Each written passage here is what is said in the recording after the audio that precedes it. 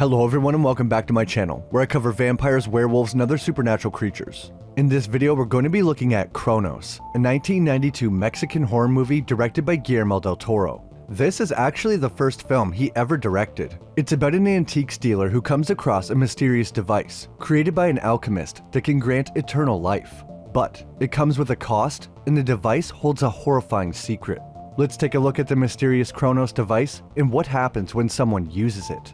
Before we get started, thanks so much to Aura for returning once again to sponsor the channel. I used to get spam calls and text messages all the time and it drove me crazy. Don't even ask about my email. Now, one of the reasons we get so many spam texts and phone calls is because big companies can't keep our data safe. Recently, AT&T revealed that nearly all their customers' call and text records have been exposed in a massive data breach. And it hasn't even been a few months since they admitted over 70 million of their users' social security numbers ended up on the dark web. The logs that were stolen also contain a record of every number that AT&T customers called or texted. So even if you don't even use AT&T, if someone you know does, then your number's been exposed. So how can you protect yourself?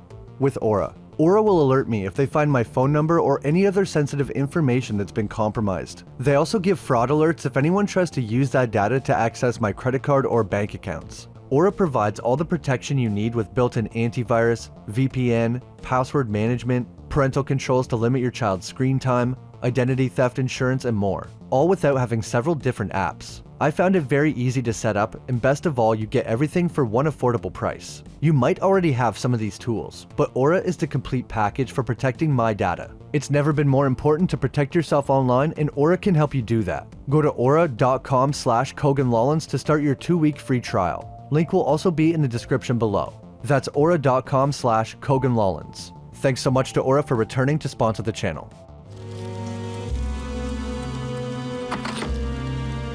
The movie begins in the year 1536. The alchemist Umberto Oginelli is currently on the run from the Inquisition. He is the official watchmaker for the Viceroy, and he's determined to perfect an invention that would provide eternal life.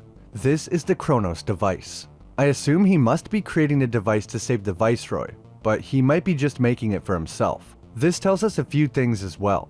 For one, he's on the run from the Inquisition. He has burns on his hands, so he's been punished before. My guess is this time he had to run in order to finish the Cronos device. They must think it's evil for whatever reason. We also learned that he's a watchmaker, which explains the intricate details of the device. It appears to be an egg-shaped thing made of gold. 400 years later, in the year 1937, a building collapses and in the rubble, a strange-looking man with pale skin is found. His last words are, "Suo tempore." There doesn't seem to be a perfect translation for this because everywhere I look it's slightly different, but it roughly translates to everything in its time, which basically means everything happens when it's supposed to. This pale man is obviously the alchemist, which means the Cronos device worked. After he died in the building collapse, the police had to eventually check his home, and what they found inside couldn't even be released to the public. Inside his mansion was a dirty room. We see strange drawings on his desk. Then we see bowls and cups of red liquid all over the place. Finally, there's a human being tied upside down, draining into a large basin. All the cups and bowls are filled with blood. I think we can take a wild guess what the alchemist needed all this blood for. Somehow, he created a device that gave him vampirism.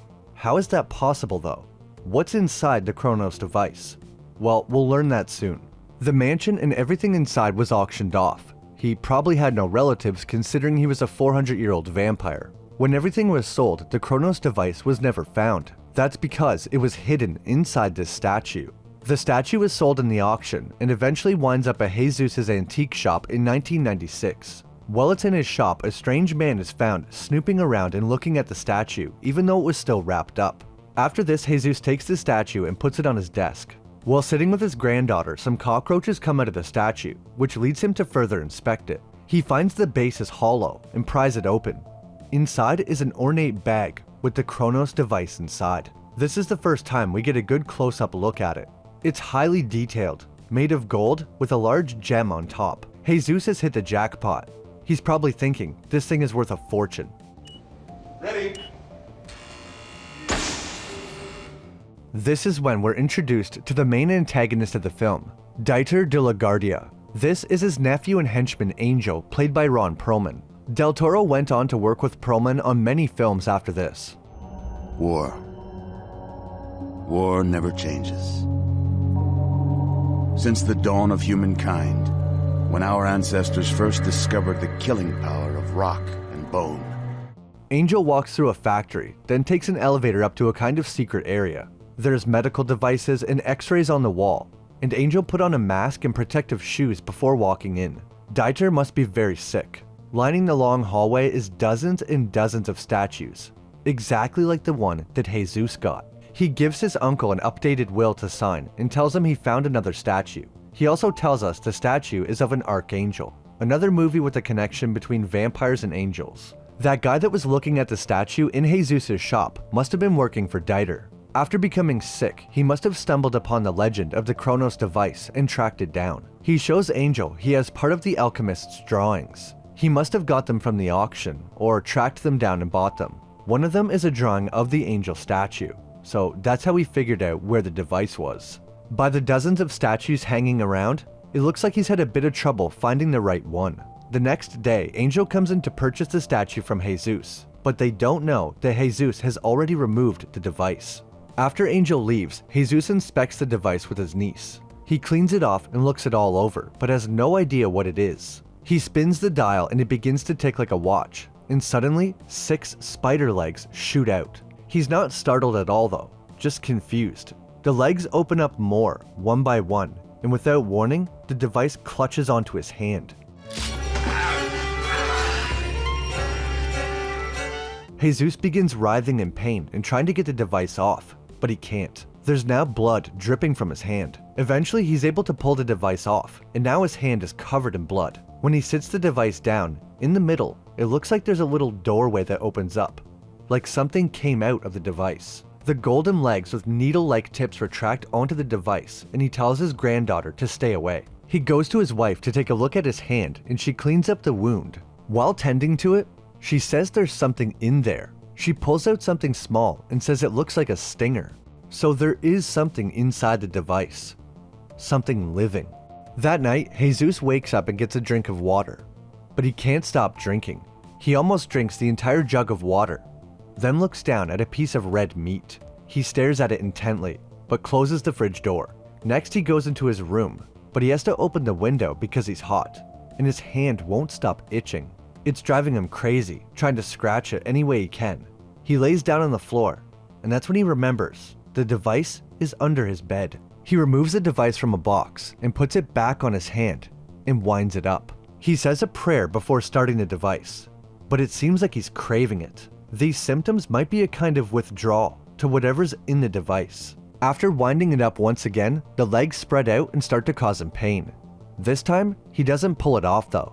He lets it sit there and fully latch onto him. This is when we get to see what's inside the device. The camera zooms in, and inside is many gears and small workings. The alchemist was also a watchmaker, so that makes sense. The moment we've all been waiting for. At the heart of the Cronos device is a horrifying insect-like creature. The body and legs of the insect look like a spider, but the back has a strange-looking sac that must be filled with some kind of venom or toxin. Remember when the woman said there was a stinger in his hand? Well, it came from this. When using the device, Jesus becomes relaxed. It's like he's under the effect of a drug. Now, after using the device twice, he starts to notice some changes. The next day, he wakes up and notices that he looks younger, and he feels younger. He leaves to go to his shop and discovers that it's been destroyed, and there's a card on the desk. Angel de la Guardia. They must have figured out that he took the device out of the statue. He goes to the address on the card to speak with Dieter. He informs Jesus that he has no idea what he's getting into. Nearly 40 years ago, he discovered a journal kept by the alchemist detailing the device. It's like an instruction manual. That means Dieter has been searching for quite a long time. He explains that the book is written backwards in Latin. Throughout the book is text and drawings. One page folds out to show the insect and the statue. The alchemist must have found this special insect somewhere and discovered it had supernatural properties. Considering the blood that comes out when the device is used, it seems like the insect is feeding off the person, but also injecting them with something. Dieter describes the insect in the device as a living filter.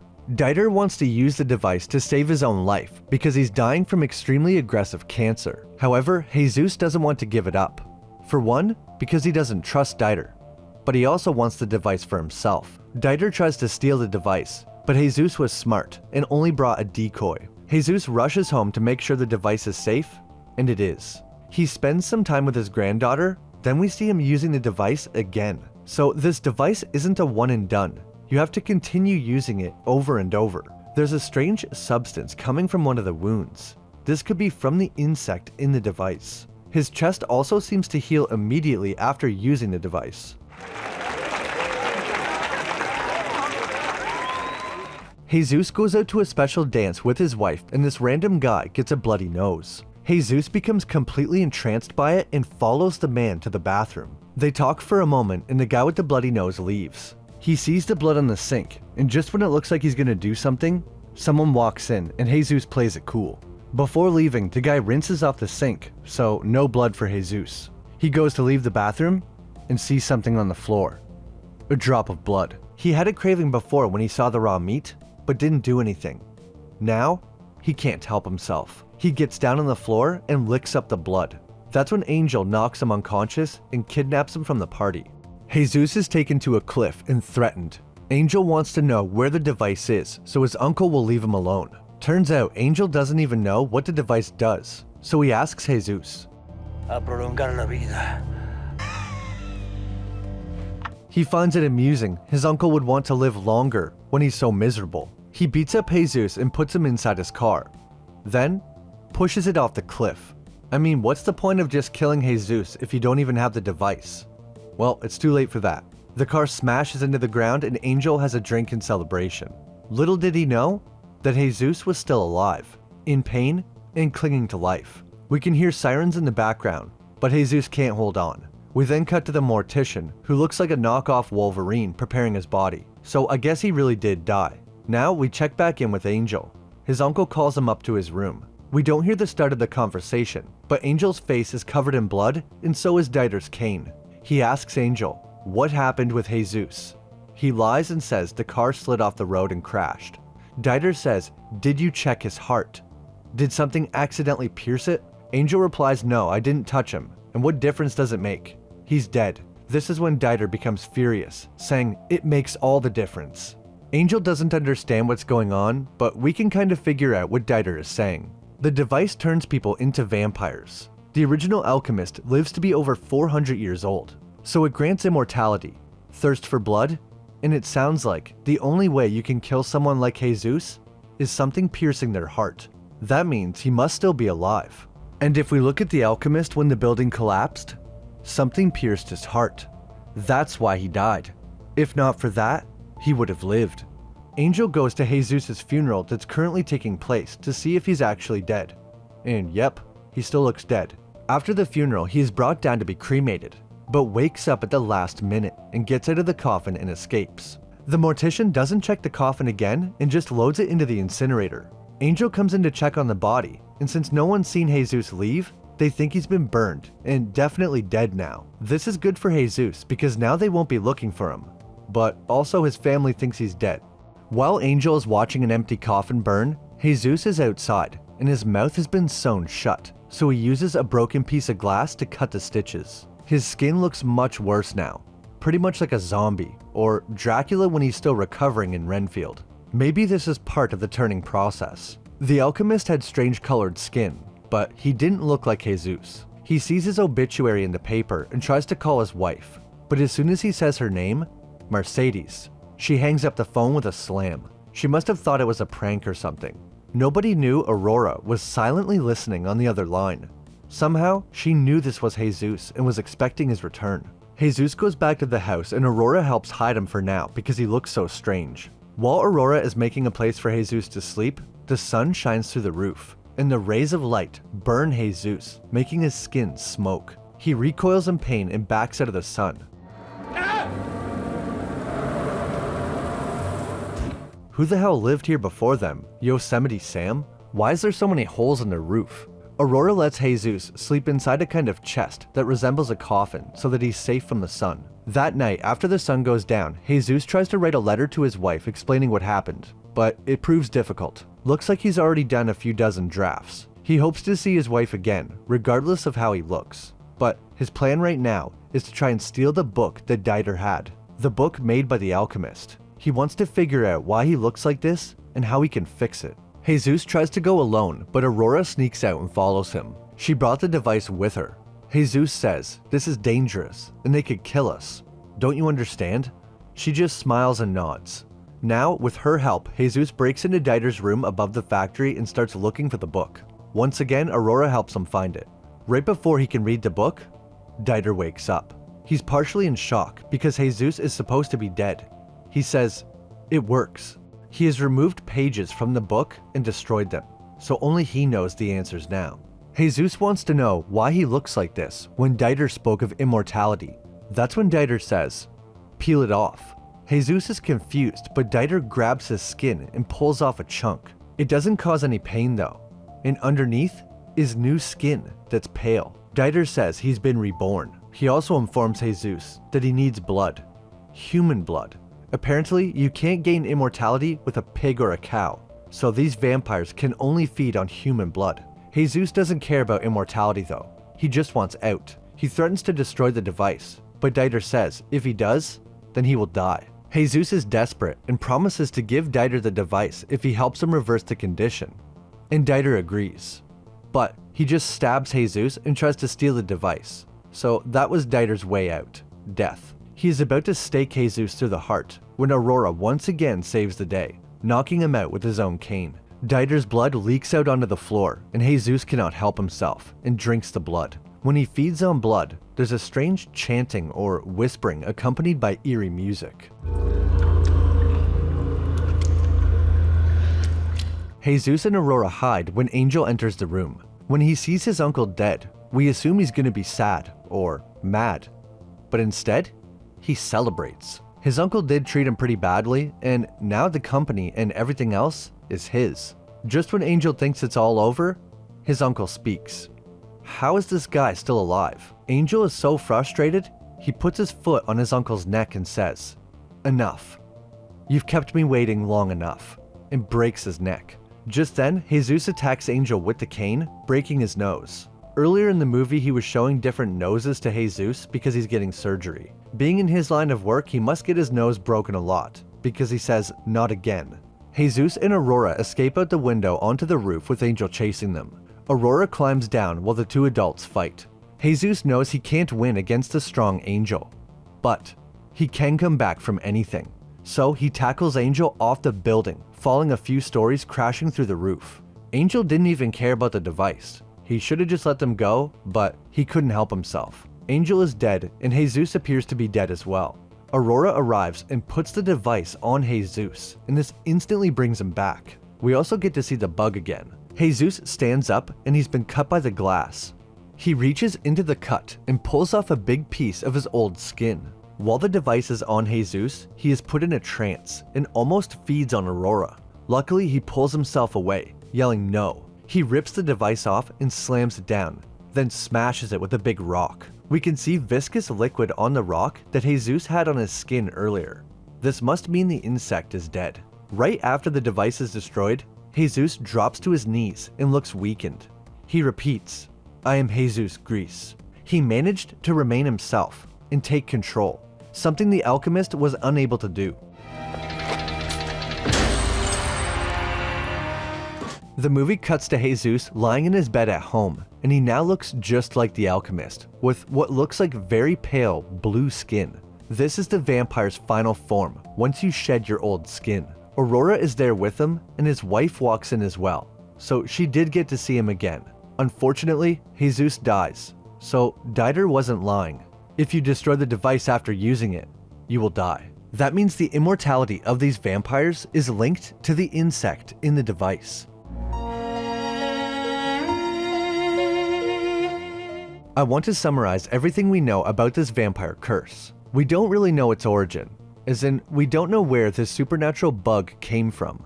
The alchemist presumably found the bug and figured out a way to put it into the Cronos device. At the beginning of the film, there are some different bugs on the table. Could this be hinting that the insect in the device could be some kind of strange hybrid insect created through some kind of alchemy? We really have no idea where this curse or condition comes from other than it was probably discovered by the alchemist. I said earlier that the insect might be feeding on blood when the device is used. The last time that Jesus uses the device, we see this blood container filling up. So either this is to feed the insect, or like Dieter said, the insect acts as a living filter. Maybe it's a filter for blood. You wind the device up like a watch and place it on your skin. That's how someone is turned into a vampire. You cannot become a vampire by drinking vampire blood or being bitten. You have to use the device. Once someone uses the device, it takes a few days to start seeing changes, but the person will appear younger and feel younger. It seems like you have to use the device multiple times like Jesus did, but maybe you could just use it once. Using the device gives a drug-like euphoric feeling when it's in use. This must be caused by whatever the insect is injecting into the person. It takes about 5 days for someone to get to the zombie stage, but Jesus might have sped this process up by going off a cliff and dying. A few days after that is when he was fully changed, although he probably could have changed sooner if he had just pulled the dead skin off. These vampires do have pale skin, but lack any kind of glowing eyes, claws, or even fangs like a traditional vampire. These vampires are definitely lacking in the abilities department, but that makes them much more grounded and realistic, which works for a movie like this, which is much more about the drama and horror. They don't have any super strength, super speed, senses, or magical abilities like flight, compulsion, or shapeshifting.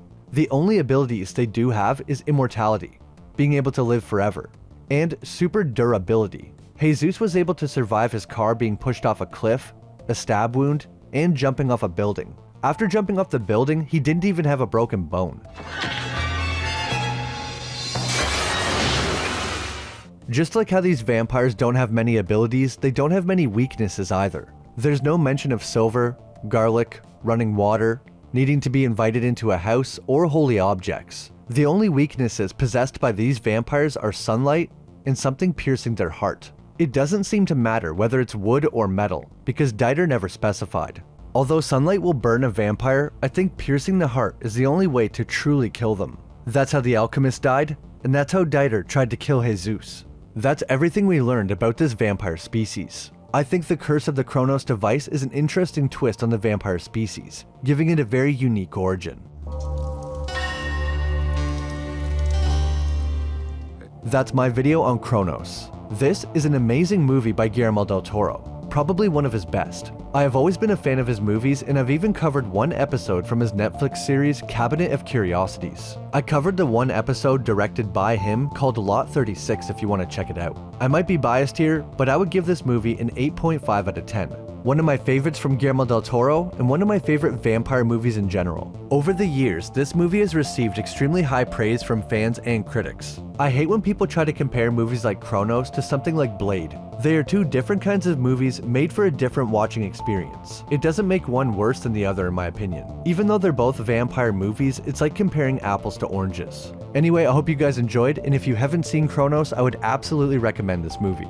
I have some awesome videos planned for the future, but as always, if you have any suggestions, please leave them in the comments down below. I always read through them, and my viewers leave the best suggestions. That's how I discovered this movie and so many other movies and series I never knew existed. If you enjoyed the video, leave a like, and subscribe if you haven't. It means a lot and I really appreciate it. As always, an extra shout out to all my members for supporting the channel, and also giving me amazing suggestions. Thanks so much for watching, and I'll see you in the next video.